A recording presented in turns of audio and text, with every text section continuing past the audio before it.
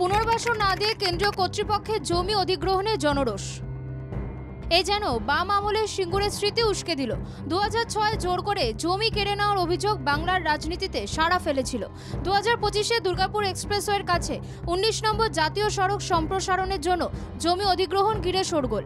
যারা মাথার ঘাম পায়ে ফেলে সবার মুখে অন্ন যোগান, যারা সভ্যতার পিলসুজ বয়ে যান, তাদের জমি কেন রাতের অন্ধকারে দখল করা হলো সেই প্রশ্নই বড় করে উঠছে। কেন্দ্রীয় কর্তৃপক্ষের কাছে কৃষকরা হতবাক। কেন এভাবে জমি কেড়ে নেওয়া হচ্ছে, কেন ক্ষতিপূরণ না দিয়ে জমি অধিগ্রহণ করা হচ্ছে, তা নিয়ে সব মহলই জানতে চায়। নোটিশ ছাড়াই জমি অধিগ্রহণ জাতীয় সড়ক কর্তৃপক্ষের, কোনো ক্ষতিপূরণ ছাড়াও 32 বিঘা জমি অধিগ্রহণ, বিকল্প ব্যবস্থা না করে বস্তির বাসিন্দাদের তুলে দেওয়ার অভিযোগ। কেন্দ্রীয় সংস্থা পুনর্বাসন না দিয়ে উৎখাত করায় তীব্র জনরোষ।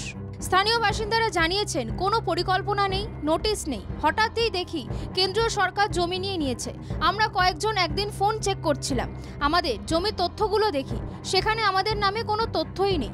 হঠাৎ করে জমি কেড়ে নিল, গোলভাবে ঘিরে 31 বিঘা জমি অধিগ্রহণ করে নিয়েছে। আমাদের ক্ষতিপূরণ দিলেও নেব না।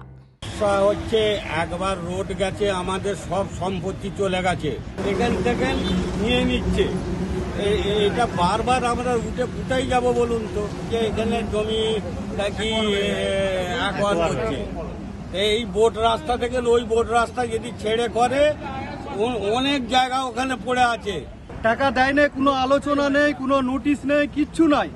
হঠাৎ দেখছি আমাদের 4 নম্বর ওয়ার্ডে কোনো দাগ নম্বরে কোনো সরকারি কাজ হচ্ছে না। আমরা বলি কি ব্যাপার, কিসের জন্য?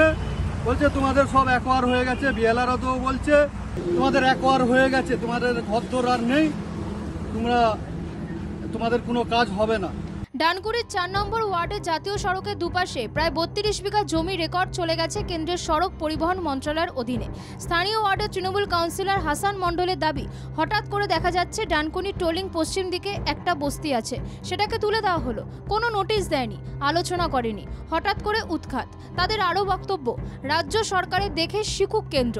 ল্যান্ড ব্যাংক থেকে জমি নেওয়া বা পুনর্বাসনের ব্যবস্থা করে জমি নিয়ে আপত্তি নেই। রাকেশ চক্রবর্তীর রিপোর্ট, বাংলা জাগো।